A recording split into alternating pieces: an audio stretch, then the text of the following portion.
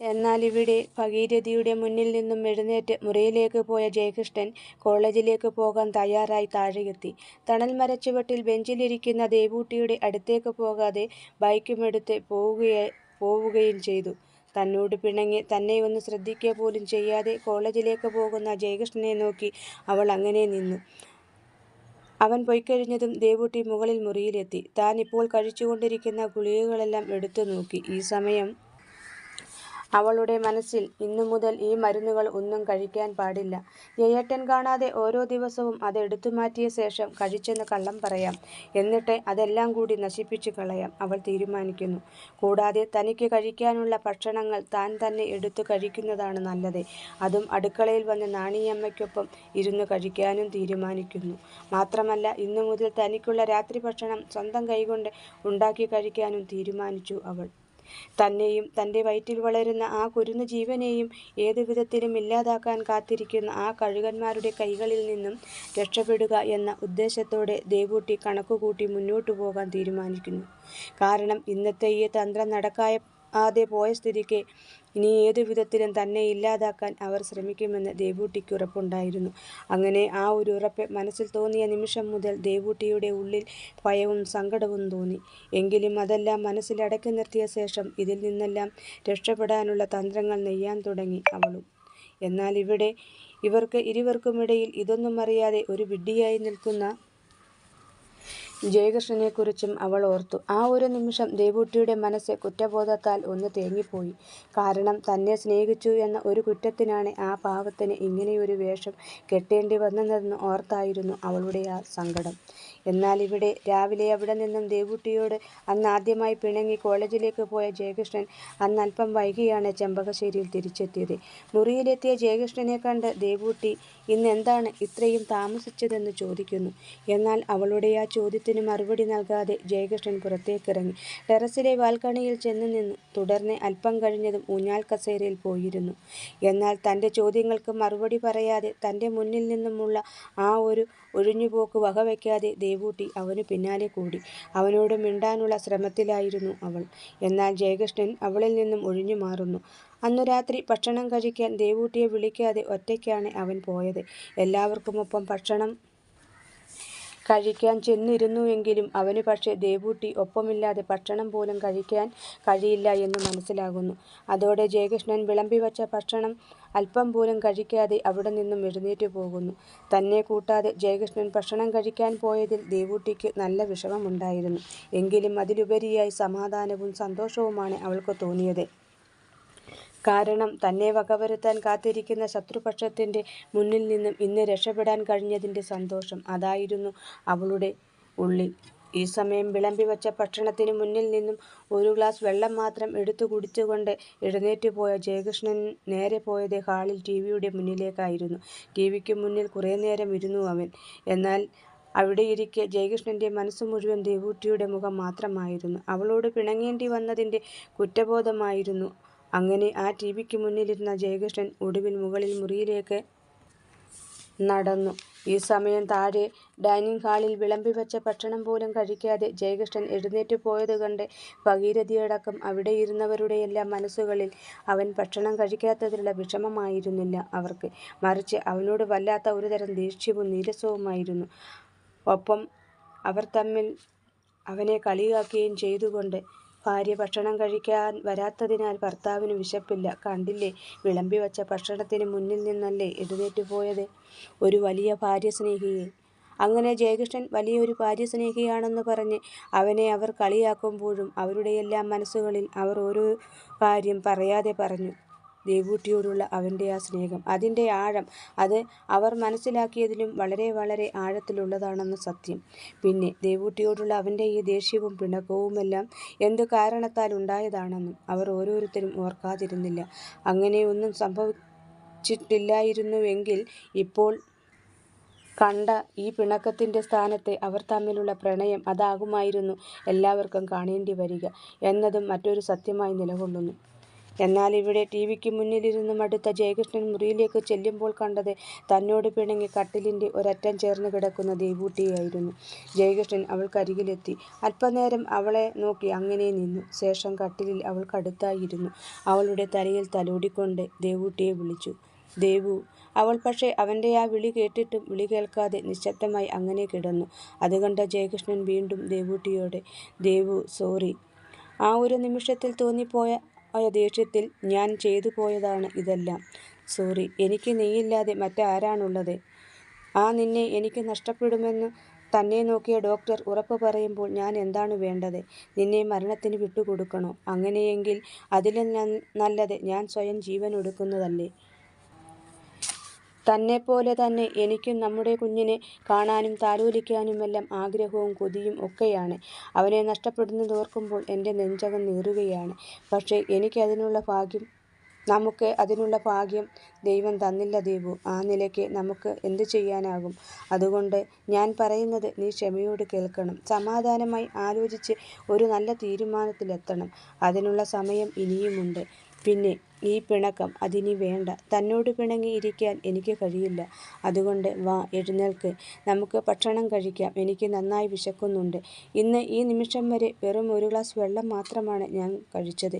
അതിന്മേലുള്ള നിൽപ്പാണ്. എനിക്ക് നന്നായി വിശക്കുന്നുണ്ട്. ജയകൃഷ്ണൻ ദേവൂട്ടിയെ വീണ്ടും വിളിക്കുന്നു.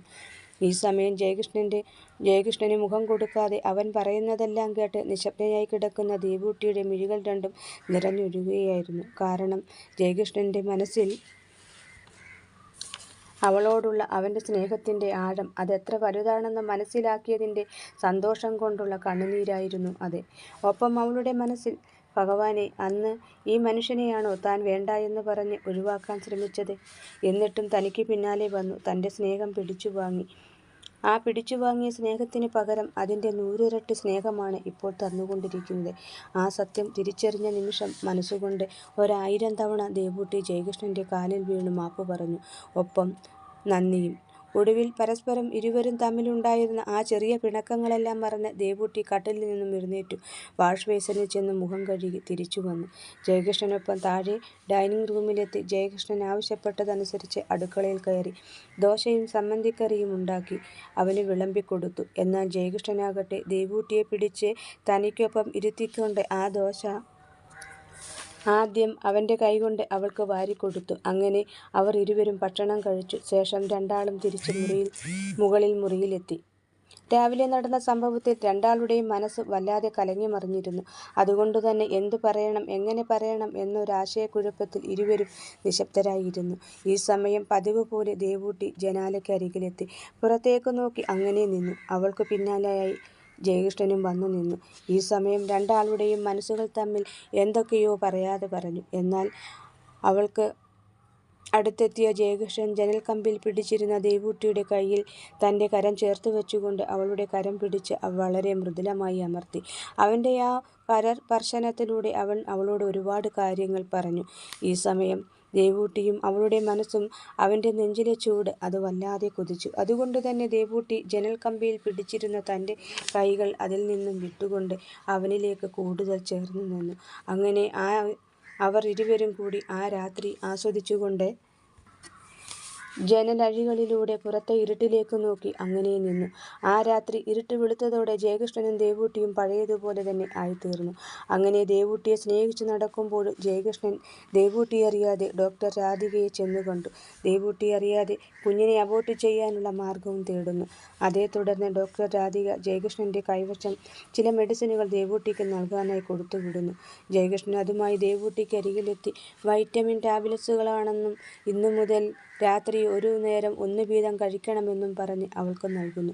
ദേവൂട്ടി വളരെ സന്തോഷത്തോടെ ജയകൃഷ്ണന് ഒരു സംശയം തോന്നാത്ത രീതിയിൽ ആ മരുന്നുകൾ വാങ്ങി കഴിക്കാമെന്ന് പറയുന്നു. തുടർന്ന് ദേവൂട്ടി അവൻ കാണുകെ മെഡിസിനുകൾ എടുക്കും എങ്കിലും കഴിക്കാനുള്ള വെള്ളം എടുക്കുന്നതിനിടെ ആ മെഡിസിനുകൾ മാറ്റുകയും അടുത്ത ദിവസം രാവിലെ അവൻ കോളേജിൽ പോകുമ്പോൾ അത് നശിപ്പിച്ചു കളയുകയും ചെയ്യുന്നു.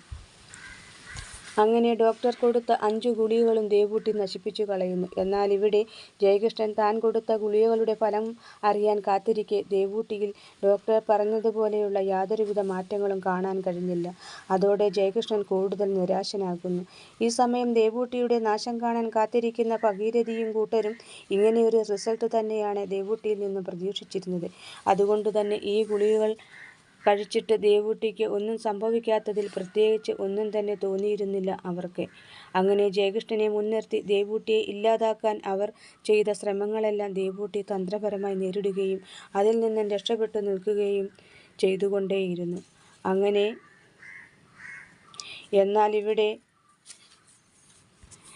എന്നാൽ ദേവൂട്ടിയുടെ ഈ പ്രവൃത്തി കൊണ്ട് ഇവിടെ 2 കൂട്ടർക്കാണ് സങ്കടം. അതിൽ ആദ്യത്തെ സങ്കടം കാര്യങ്ങളൊന്നും അറിയാതെ വിഡ്ഢിവേഷം കെട്ടിക്കൊണ്ടിരിക്കുന്ന ജയകൃഷ്ണനും, മറ്റൊന്ന് ദേവൂട്ടിയെ ഈ ഭൂമുഖത്തുനിന്നു തന്നെ മായ്ച്ചു കളയണമെന്ന് ആഗ്രഹിച്ചു കച്ചമുറുക്കി നടക്കുന്ന ഭഗീരഥിക്കും ഡോക്ടർ രാധികയ്ക്കും അവരുടെ കൂട്ടാളികൾക്കുമായിരുന്നു.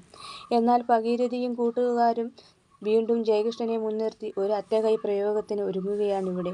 ആ അറ്റകൈ പ്രയോഗം മറ്റൊന്നുമായിരുന്നില്ല. ഉറക്കഗുളിക കൊടുത്ത് ദേവൂട്ടിയെ മയക്കി കിടത്തിയ ശേഷം അവളെ ആശുപത്രിയിൽ എത്തിക്കുക. അങ്ങനെ അവിടെ കൊണ്ടെത്തിക്കുന്ന ദേവൂട്ടിക്ക് വീണ്ടും ഒരിക്കലും ഉണരാത്ത തരത്തിൽ അനസ്തേഷ്യയുടെ ഡോസ് കൂട്ടിക്കൊടുത്ത് മരണത്തിലേക്ക് കൂട്ടിക്കൊണ്ടുപോകുക. അതായിരുന്നു അവരുടെ പുതിയ പ്ലാൻ. എന്നാൽ ഭഗീരഥിയും ഡോക്ടറും കൂടി ജയകൃഷ്ണനോട് പറഞ്ഞത് മറ്റൊന്നായിരുന്നു. പാലിൽ ഉറക്കഗുളിക കലക്കിക്കൊടുത്ത് മയക്കിയ ശേഷം ഹോസ്പിറ്റലിൽ എത്തിക്കുക, അവിടെ വെച്ച് അബോർഷൻ നടത്തുകയും ചെയ്യാം എന്നായിരുന്നു. അതുകേട്ട ജയകൃഷ്ണന് അവരുടെ ആ പ്ലാൻ നല്ലതാണെന്നും അത് വിജയിക്കുമെന്നും തോന്നി. തുടർന്ന് ഡോക്ടർ നൽകിയ ആ ഉറക്കഗുളിക ജയകൃഷ്ണൻ വാങ്ങുന്നു. ശേഷം ഡോക്ടർ രാധിക നൽകിയ ആ ഗുളികകളുമായി ജയകൃഷ്ണൻ ചെമ്പകശ്ശേരിയിലെത്തി. രാത്രി ഭക്ഷണമെല്ലാം കഴിഞ്ഞ് ദേവൂട്ടിയുമായി സംസാരിച്ചിരിക്കെ ജയകൃഷ്ണൻ ദേവൂട്ടിയോട്, "ദേവു, ഇന്ന് പകൽ കോളേജിൽ വെച്ച് ഞാൻ തന്നെ നോക്കിക്കൊണ്ടിരിക്കുന്ന ഡോക്ടർ രാധികയെ ഒന്ന് ഫോണിൽ വിളിച്ചിരുന്നു. തന്നെക്കുറിച്ചുള്ള ചില കാര്യങ്ങൾ ചോദിക്കാൻ വേണ്ടിയായിരുന്നു വിളിച്ചത്. അങ്ങനെ തന്നെക്കുറിച്ച് സംസാരിക്കുന്നതിനിടെ ഡോക്ടർ രാത്രി കിടക്കുന്നതിനു മുമ്പായി ഒരു ഗ്ലാസ് പാൽ താൻ കുടിക്കുന്നത് നല്ലതാണെന്ന് പറഞ്ഞു. അതുകേട്ട ഞാൻ പറഞ്ഞു തനിക്ക് പാൽ കുടിക്കുന്നത് ഇഷ്ടമല്ല എന്ന്. അതുകേട്ടതും ഡോക്ടർ പറഞ്ഞത്, അങ്ങനെ നോക്കിയിട്ട് കാര്യമില്ല.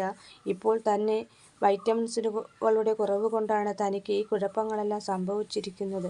അതിനാൽ ദിവസവും രാത്രി ഉറങ്ങുന്നതിന് മുമ്പായി ഒരു ഗ്ലാസ് പാൽ വീതം കുടിക്കണമെന്ന്. അത് കുഞ്ഞിനും തനിക്കും നല്ലതാണെന്ന്. അത് കേട്ടപ്പോൾ ഡോക്ടർ പറഞ്ഞതാണ് ശരിയെന്ന് എനിക്ക് തോന്നി. അതുകൊണ്ട് ഞാൻ തീരുമാനിച്ചു ഇന്നു മുതൽ രാത്രി ഉറങ്ങുന്നതിന് മുമ്പ് ഒരു ഗ്ലാസ് പാൽ വീതം തനിക്ക് നൽകണമെന്ന്. അതുകൊണ്ട് ഞാൻ താഴെ പോയി തനിക്കുള്ള പാൽ എടുത്തിട്ട് വരാം എന്ന് പറഞ്ഞുകൊണ്ട് ദേവൂട്ടിയുടെ മറുപടി ഒന്നും കേൾക്കാൻ നിൽക്കാതെ അവൻ മുറിയിൽ നിന്നും പുറത്തേക്കിറങ്ങി താഴെ അടുക്കളയിലെത്തി. ഒരു ഗ്ലാസ്സിൽ പാലെടുത്തു. ശേഷം അതിൽ രാധിക നൽകിയ ഗുളികകളിൽ ഒരു ഗുളിക പൊടിച്ച് ചേർത്തു. ശേഷം ആ പാലുമായി തിരികെ മുറിയിലെത്തി. പാൽ ഗ്ലാസ് ദേവൂട്ടിയുടെ നേർക്ക് നീട്ടി. എന്നാൽ ദേവൂട്ടി ആകട്ടെ ആ പാൽ തനിക്ക് ഇഷ്ടമല്ല എന്ന് പറഞ്ഞുകൊണ്ട് ആ പാൽ വാങ്ങാൻ കൂട്ടാക്കിയില്ല. എന്നാൽ അവളുടെ ആ ഒരു കാര്യം കേൾക്കാത്ത തരത്തിൽ ജയകൃഷ്ണൻ ആ പാൽ ഗ്ലാസ് ദേവൂട്ടിക്ക് നേരെ നീട്ടിക്കൊണ്ട് അത് വാങ്ങാൻ നിർബന്ധിക്കുന്നു. എന്നാൽ ദേവൂട്ടി അങ്ങനെയെങ്കിൽ ആ പാലിന്റെ പകുതി പാൽ ജയകൃഷ്ണൻ കുടിക്കാൻ ആവശ്യപ്പെടുന്നു. അതോടെ ജയകൃഷ്ണന്റെ മനസ്സിൽ ദേവൂട്ടി ഈ പാൽ കുടിക്കാൻ പോകുന്നില്ല എന്ന് മനസ്സിലായി. തുടർന്ന് അവന്റെ മനസ്സിൽ തന്റെ അവസാനത്തെ ഒരു കച്ചിത്തുരുമ്പായിരുന്നു ഇത്. എന്നാൽ ഇങ്ങനെയാണ് ദേവൂട്ടി മുന്നോട്ട് പോകുന്നതെങ്കിൽ ഇതും നടക്കാൻ പോകുന്നില്ല. അതോർത്തതും ജയകൃഷ്ണന് ശരിക്കും വിഷമം വന്നു. അതോടെ അവൻ ഇനി ദേവൂട്ടിയുടെ സ്നേഹത്തിൽ നിന്നിട്ടും കാര്യങ്ങൾ പറഞ്ഞിട്ടും കാര്യമില്ല. അവൾ ഈ കുഞ്ഞിനെ നശിപ്പിക്കാൻ തയ്യാറല്ല. അതുകൊണ്ടാണല്ലോ തനിക്ക് ഈ പ്രയാസങ്ങളെല്ലാം അനുഭവിക്കേണ്ടി വന്നതും. അതുകൊണ്ട് ഇനി അവൾക്ക് മുന്നിൽ സ്നേഹത്തോടെ നിന്നിട്ട് കാര്യമില്ല. പകരം അല്പം ഗൗരവത്തോടെ നിന്നാൽ മാത്രമേ കാര്യങ്ങൾ നടത്തിയെടുക്കാൻ കഴിയുകയുള്ളൂ. കുറച്ചു നേരത്തേക്ക് അല്പം മനോവിഷമം ഉണ്ടാകും. അത് സാരമില്ല. അവൾ നഷ്ടപ്പെടുന്നതിലും വലുതല്ലല്ലോ അല്പനേരത്തേക്കുള്ള ഈ ഒരു മനോവിഷമം. അതുകൊണ്ട് ജയകൃഷ്ണൻ തെല്ല് ഗൗരവത്തോടെ ദേവൂട്ടിയുടെ അടുത്തെത്തി പാൽ ഗ്ലാസ് അവളുടെ നേർക്ക് നീട്ടിക്കൊണ്ട് അത് വാങ്ങി കുടിക്കാൻ ആവശ്യപ്പെടുന്നു. എന്നാൽ ദേവൂട്ടിയാകട്ടെ അത് വാങ്ങാൻ തയ്യാറായില്ല. അതോടെ ജയകൃഷ്ണനും വാശിയായി. അതിന്റെ ഭാഗമായി അല്പം ബലപ്രയോഗത്തിലൂടെ അവൻ ആ പാൽ ദേവൂട്ടിക്ക് കൊടുക്കാൻ ശ്രമിക്കുന്നു. എന്നാൽ ദേവൂട്ടിയാകട്ടെ ആ പാൽ കുടിക്കാൻ തയ്യാറായില്ല. എന്നു മാത്രമല്ല, ജയകൃഷ്ണന്റെ കയ്യിലിരുന്ന ആ പാൽ ഗ്ലാസ് തട്ടി താഴേക്കിട്ടു. അതോടെ ജയകൃഷ്ണന്റെ കയ്യിൽ നിന്നും ആ പാൽ ഗ്ലാസ് താഴേക്ക് വീണു പൊട്ടിച്ചിതറി. അതുകണ്ട് സഹിക്കാൻ കഴിയാതെ വന്ന ജയകൃഷ്ണൻ അന്നാദ്യമായി ആ ദേഷ്യത്തിൽ ദേവൂട്ടിയുടെ കരണം നോക്കി തല്ലി. ജയകൃഷ്ണനിൽ നിന്നും ഇങ്ങനെയൊരു പ്രതികരണം ഒട്ടും പ്രതീക്ഷിക്കാതിരുന്ന ദേവൂട്ടി ഞെട്ടി വിറങ്ങലിച്ചു നിന്നു പോകുന്നു. തുടർന്ന് അതിന്റെ ഞെട്ടലിൽ അടികൊണ്ട കരണം പൊത്തിപ്പിടിച്ചുകൊണ്ട് കട്ടിലിലേക്ക് ഇരുന്നു പോകുന്നു അവൾ. തുടർന്ന് അങ്ങനെ ഇരുന്നു കൊണ്ട് തന്നെ അവൾ ജയകൃഷ്ണന്റെ മുഖത്തേക്ക് നോക്കി. ഈ സമയം ദേവൂട്ടിയുടെ ആ നോട്ടം കണ്ട് ജയകൃഷ്ണന്റെ ഹൃദയം പിടഞ്ഞു. ആ വിഷമത്തിലും ദേഷ്യത്തിലും അവൻ ദേവൂട്ടിയോട് ഇനി അവന്റെ കൺമുന്നിൽ ദേവൂട്ടിയെ കണ്ടുപോകരുതെന്ന് പറഞ്ഞുകൊണ്ട് ആ മുറിയിൽ നിന്നും പുറത്തേക്കിറങ്ങിപ്പോകുന്നു. ഈ സമയം ദേവൂട്ടി കട്ടിലിൽ നിശബ്ദയായി ഇരുന്നുകൊണ്ട് പുറത്തേക്കിറങ്ങിപ്പോകുന്ന ജയകൃഷ്ണനെ നോക്കി അങ്ങനെ ഇരുന്നു പോകുന്നു അവൾ. ജയകൃഷ്ണനിൽ നിന്നും ആ ഒരു അടി കൊണ്ട് സ്തംഭിച്ച് നിശബ്ദയായി ഇരുന്നതല്ലാതെ അതിന്റെ പേരിൽ ദേവൂട്ടി ഒന്ന് കരയുകയോ അവളുടെ കണ്ണുകളിൽ നിന്നും ഒരു തുള്ളി കണ്ണുനീർ വരികയോ ചെയ്തിരുന്നില്ല. എന്നാൽ ജയകൃഷ്ണൻ അടിച്ച ആ അടി കൊണ്ടത് ദേവൂട്ടിയുടെ ഹൃദയത്തിലായിരുന്നു. അതുകൊണ്ട് തന്നെ മനസ്സിനുള്ളിൽ ഒരു കണ്ണീർ പ്രവാഹം തന്നെയായിരുന്നു. ആ സങ്കടത്തിൽ അവളുടെ സർവ്വ നിയന്ത്രണങ്ങളും കൈവിട്ടു പോയിരുന്നു. അതുകൊണ്ട് തന്നെ മനസ്സ് അതൊരു കടൽ പോലെ ആർത്തിരമ്പിക്കൊണ്ടേയിരുന്നു.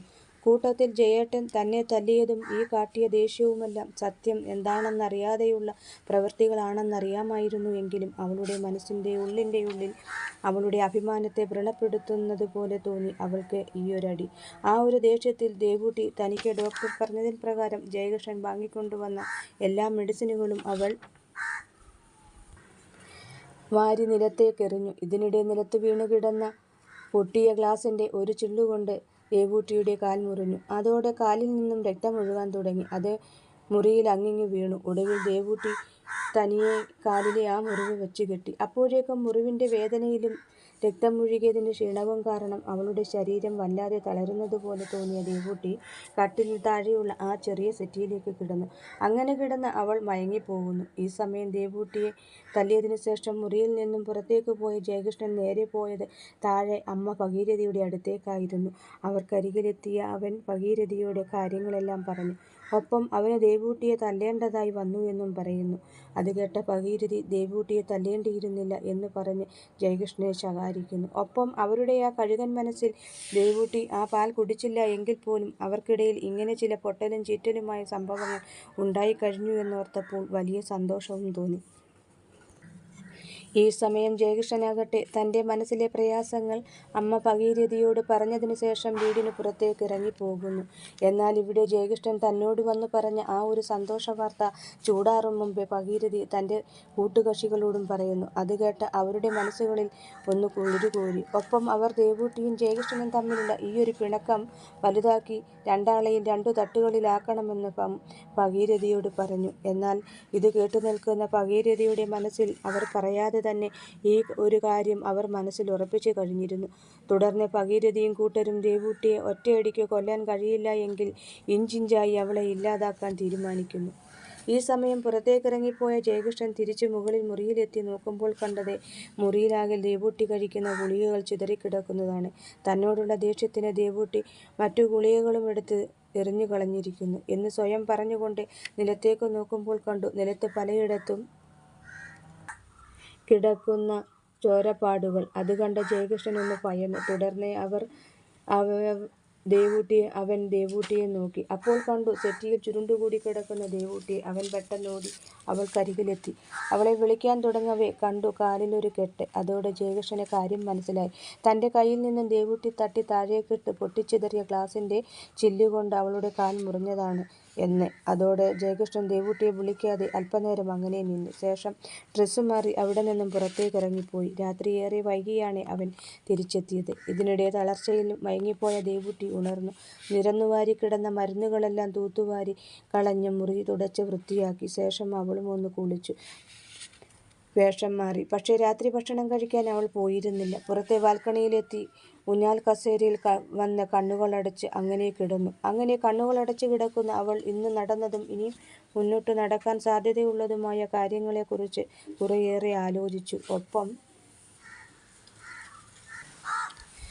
തൻ്റെ ഉദരത്തിൽ വളരുന്ന ജീവന്റെ രക്ഷയെക്കുറിച്ചും.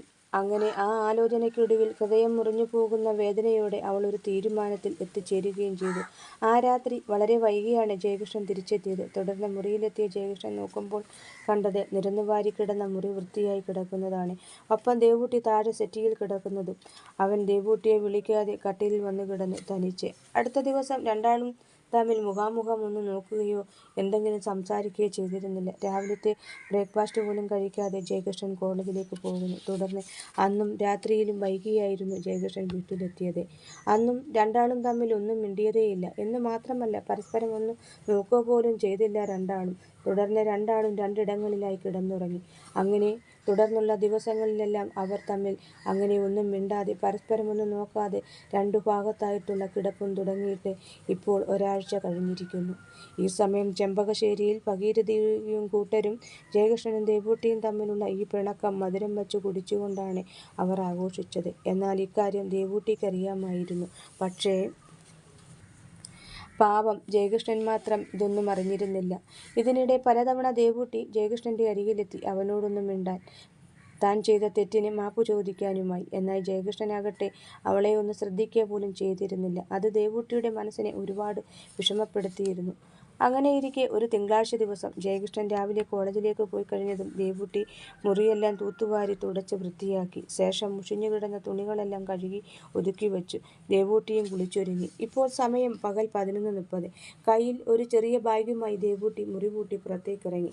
അവിടെ നിന്നും അവൾ പടികൾ ഇറങ്ങി താഴേക്ക് നടന്നു. അങ്ങനെ അവൾ പടികളിറങ്ങി വരുമ്പോൾ കണ്ടു ഭഗീരഥിയും മകൾ വന്ദനയും ഹാളിൽ ഇരുന്ന് TV കാണുന്നത്. അവൾ അവരെ ശ്രദ്ധിക്കാതെ അവിടെ നിന്നും പുറത്തേക്കിറങ്ങി. പതിയെ നടന്ന് ചെമ്പകശ്ശേരി തറവാട് മുറ്റം കടന്നതും അവൾ തിരിഞ്ഞു നിന്ന് ആ വീടിന്റെ നേർക്കൊന്നു നോക്കി. ഈ സമയം അവളുടെ മനസ്സിൽ 9 മാസവും 11 ദിവസവും കഴിഞ്ഞു താൻ ഈ വീട്ടിൽ വന്നു കയറിയിട്ട്. ഇതിനിടെ എന്തെല്ലാം അനുഭവിച്ചു. താൻ ഇനിയും അതെല്ലാം സഹിക്കുകയും ക്ഷമിക്കുകയും ചെയ്ത് മുന്നോട്ട് പോകുമായിരുന്നു. എന്നാൽ ഇപ്പോൾ അവർ കാട്ടുന്ന ഈ നീചപ്രവൃത്തി കാരണം തൻ്റെ ഉദരത്തിൽ ജനിക്കുന്ന തൻ്റെ കുഞ്ഞിനെ തനിക്ക് നഷ്ടമാകും. അതുവേണ്ട. അതുകൊണ്ട് താൻ സ്വയം പടിയിറങ്ങുകയാണ്. 9 മാസവും 11 ദിവസത്തെയും തൻ്റെ ദാമ്പത്യ ജീവിതം അവസാനിപ്പിച്ചുകൊണ്ട് ഈ പടിയിറങ്ങുന്നു. തൻ്റെ ഉദരത്തിൽ കഴിയുന്ന ആ കുരുന്നു ജീവനു വേണ്ടി. പാവം തൻ്റെ ജയേട്ടനെ ഈ ഒരു മഹാപാപം ചെയ്യുന്നതിൽ നിന്നും രക്ഷിക്കുന്നതിനു വേണ്ടി ഞാൻ സ്വയം പടിയിറങ്ങുകയാണ്, അവൾ സ്വയം പറഞ്ഞു പോകുന്നു. ഒപ്പം അവളുടെ മനസ്സിൽ പാവം തൻ്റെ ജയേട്ടൻ തൻ്റെ ഈ വേർപാട് സഹിക്കാൻ കഴിയില്ല എന്നറിയാം. എന്നാൽ ഇപ്പോൾ ഒരാഴ്ചയായി രണ്ടാളും തമ്മിൽ നടന്നുകൊണ്ടിരിക്കുന്ന ഈ ഒരു അകൽച്ചയും പിണക്കവും താനിവിടെ നിൽക്കും തോറും കൂടിക്കൂടി വരികയുള്ളൂ. കാരണം ജയേട്ടൻ പറയുന്നത് പോലെ കുഞ്ഞിനെ ഇല്ലാതാക്കാൻ താൻ തയ്യാറാവുകയില്ല.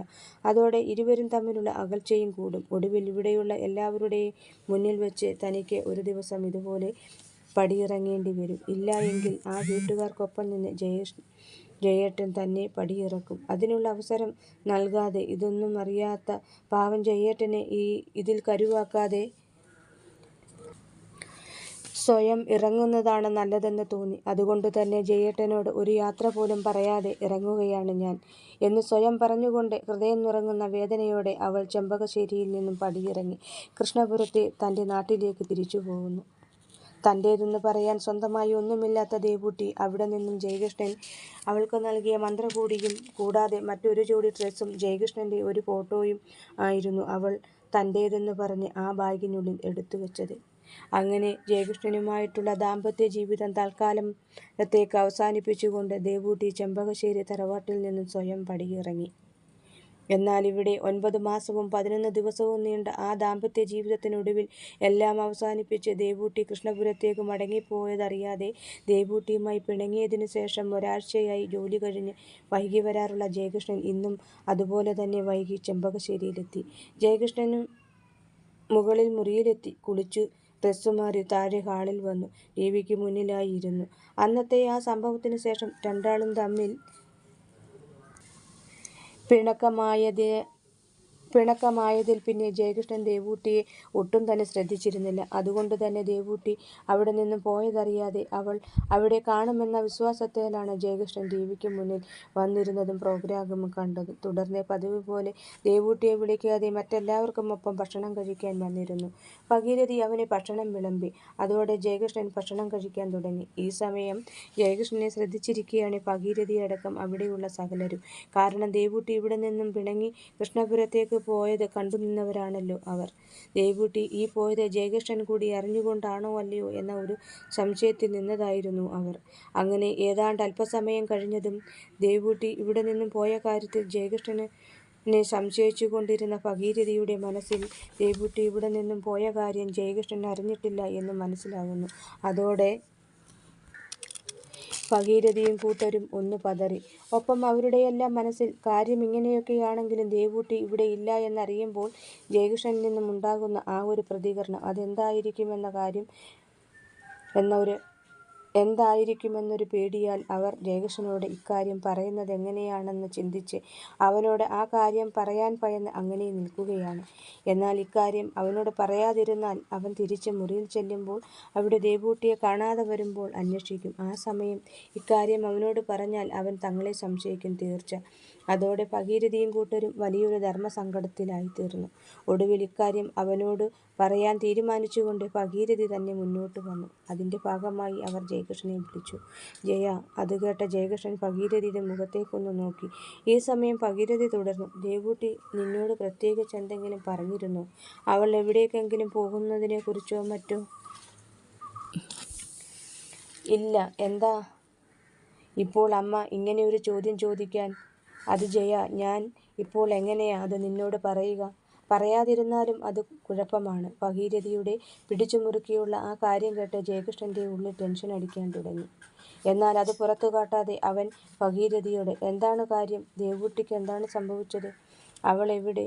ജയകൃഷ്ണൻ ഭഗീരഥിയോട് ചോദിക്കുന്നു. അത് കേട്ട ഭഗീരഥി ഞാൻ അതെങ്ങനെയാണ് നിന്നോട് പറയുക എന്നു പറഞ്ഞുകൊണ്ട് അവർ വീണ്ടും കാര്യം പറയാതെ നിന്നു പരിങ്ങി.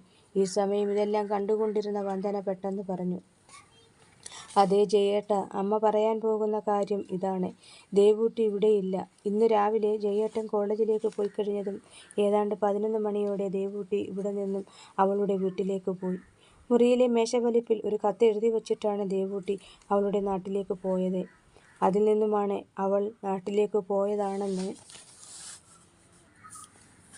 അറിയാൻ കഴിഞ്ഞത്. വന്ദന പറഞ്ഞു നിർത്തി. ഈ സമയം വന്ദന പറഞ്ഞ ആ കാര്യം കേട്ട് ഇടിവെട്ടേറ്റതുപോലെ ഇരുന്നുപോയി ജയകൃഷ്ണൻ.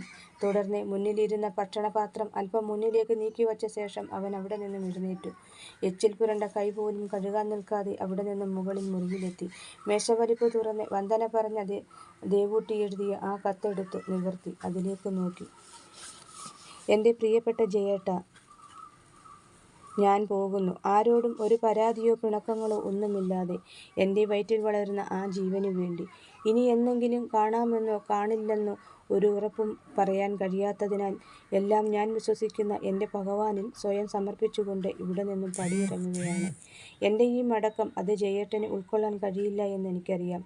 പക്ഷേ എന്ത് ചെയ്യാം ജയേട്ടാ, അത് ഉൾക്കൊണ്ട് മുന്നോട്ട് ജീവിച്ചു പോയാലല്ലേ പറ്റൂ. കാരണം നമ്മളിലൊരാൾ ഇവിടെ ഈ ഭൂമിയിൽ ജീവിച്ചിരുന്നാലേ പറ്റൂ. എന്താണെന്ന് വെച്ചാൽ നമ്മുടെ കുഞ്ഞ് വരുമ്പോൾ അവരിൽ ഒരാൾ വേണം ഇവിടെ.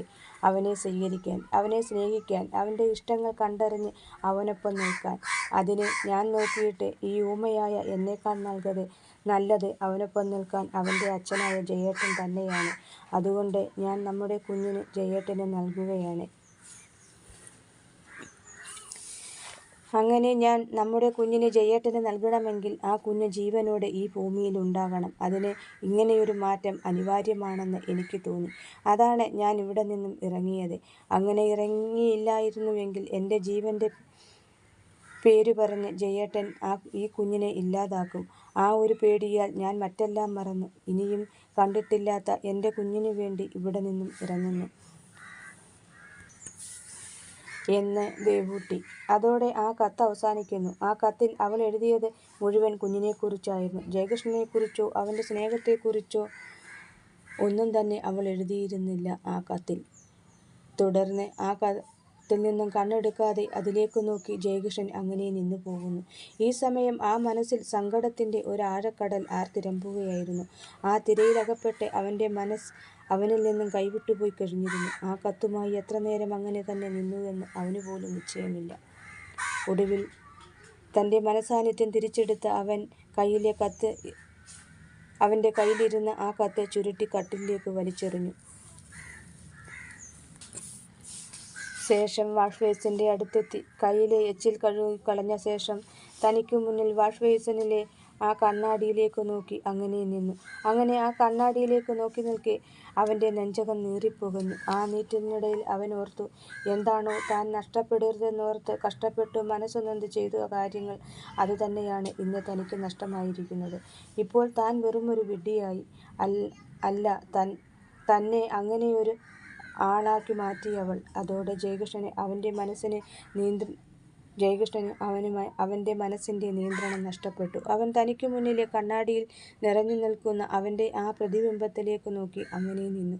അങ്ങനെ നോക്കി നിൽക്കെ ജയകൃഷ്ണന് അവനോട് തന്നെ പുച്ഛവും ദേഷ്യവും തോന്നി. അതോടെ ഒരു നിമിഷം മനസ്സിൻ്റെ നിയന്ത്രണം കൈവിട്ടുപോയി ജയകൃഷ്ണന്. അതേ തുടർന്ന് ജയകൃഷ്ണൻ തൻ്റെ കൈ ചുരുട്ടി ആ കണ്ണാടിയിൽ നിറഞ്ഞു നിൽക്കുന്ന തൻ്റെ പ്രതിബിംബത്തെ ഒരൊറ്റ ഇടിയായിരുന്നു. ആ ഇടിയുടെ ആഘാതത്തിൽ ആ കണ്ണാടി പൊട്ടിച്ചിതറി. അതിൻ്റെ ചില്ലുകൾ കൊണ്ട് അവൻ്റെ കൈ മുറിഞ്ഞ് ചോര വാർന്ന് ഒഴുകാൻ തുടങ്ങി. ഈ സമയം താഴെ ഹാളിലിരുന്ന ഭഗീരഥയും കൂട്ടരും ജയകൃഷ്ണൻ്റെ മുറിയിലെ ഇടിയുടെ ആ ശബ്ദം കേട്ട്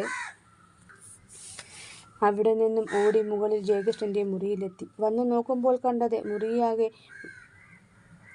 മുറിയിലെ വാഷ് ബേസിൻ്റെ കണ്ണാടിച്ചില്ലുകൾ പൊട്ടിച്ചിതറി കിടക്കുന്നതാണ്. ഒപ്പം ചോര വാർന്നു നിൽക്കുന്ന ജയകൃഷ്ണനെയും.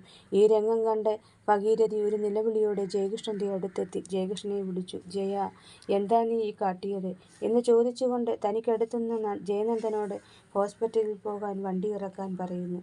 എന്നാൽ അത് കേട്ടുനിന്ന ജയകൃഷ്ണൻ ഇവിടെ നിന്നും താൻ എങ്ങോട്ടും ഇല്ല എന്ന് പറഞ്ഞുകൊണ്ട് ആശുപത്രിയിൽ പോകാനോ ചോര വാർന്ന ഒഴുകുന്ന ആ മുറിവൊന്ന് കെട്ടാനോ കൂട്ടാക്കാതെ വാഷ് ബേസിനിൽ പിടിച്ചുകൊണ്ട് അങ്ങനെ തന്നെ നിൽക്കുകയാണവൻ.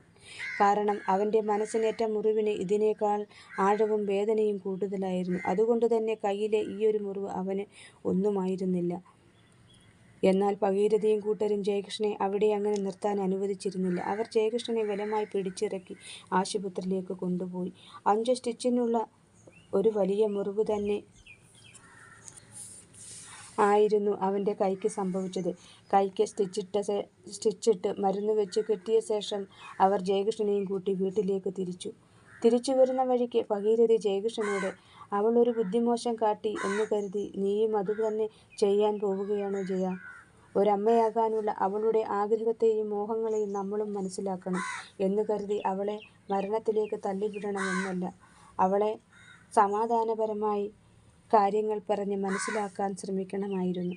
ഞങ്ങൾക്കറിയാം നീ അങ്ങനെ തന്നെയാണ് ശ്രമിച്ചതും. എന്നാൽ ഇടയ്ക്ക് വെച്ചുണ്ടായ ആ ഒരു ചെറിയ പ്രശ്നം, അതേ തുടർന്ന് നീ അവളോട് കാട്ടിയ പിണക്കവും ഒക്കെ കൂടിയാണ് കാര്യങ്ങൾ ഇവിടെ വരെ എത്തിച്ചത്. അതുകൊണ്ട് ഞാനൊരു കാര്യം പറയാം. നീ സ്വയം നിന്റെ ശരീരം മുറിവേൽപ്പിക്കാൻ നിൽക്കാതെ നാളെ തന്നെ കൃഷ്ണപുരത്ത് നിന്നും അവളെ പോയി വിളിച്ചുകൊണ്ടുവരണം. ഈ സമയം ഭഗീരഥി നാവുകൊണ്ടുള്ള തൻ്റെ ആ അഭിനയം അതിസമർത്ഥമായി തന്നെ നടത്തുകയാണ് ഇവിടെ. എന്നാൽ ഇതെല്ലാം കേട്ട് കണ്ണുകളടച്ച് കാറിൻ്റെ മുൻസീറ്റിൽ പിന്നിലേക്ക് തലചായ്ച്ച് കിടക്കുകയാണ് ജയകൃഷ്ണൻ. ഭഗീരഥി പറഞ്ഞ കാര്യങ്ങളെല്ലാം കേൾക്കുമ്പോൾ അവൻ്റെ മനസ്സിൽ ഇന്ന് കോളേജിൽ നിന്നും വീട്ടിലേക്ക് വരുമ്പോൾ മനസ്സിൽ ശരിക്കും നല്ല വിഷമമായിരുന്നു. അവളെ പിണങ്ങിയുള്ള ഈയൊരു പോക്ക്, അതിനി മുന്നോട്ടു പോകാൻ കഴിയില്ല എന്ന് മനസ്സിലാക്കിയതിൻ്റെ വിഷമം. അതോടെ മനസ്സുകൊണ്ട് അവളോട് മാപ്പ് പറഞ്ഞു താൻ.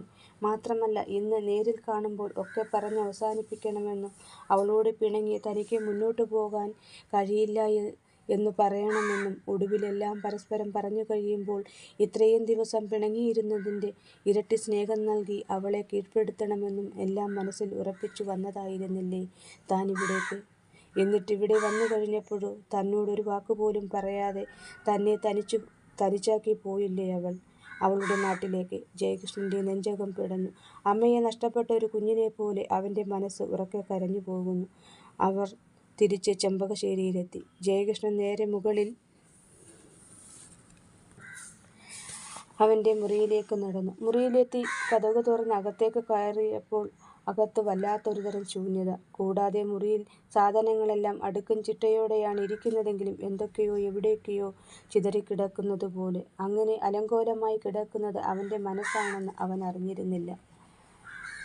മാത്രമല്ല, ആ മുറിക്കുള്ളിൽ ഒരു വെളിച്ചമുണ്ടായിരുന്നു. എന്നാൽ അതിപ്പോൾ അണഞ്ഞുപോയിരിക്കുന്നു. അതോടെ മുറിയിലാകെ ഇരുട്ട് മാത്രമാണ് ഇപ്പോൾ. ആ ഇരുട്ടിൽ തപ്പി നടക്കുന്ന ഒരു കൊച്ചുകുട്ടിയാണ് താനെന്ന് അവന് തോന്നി.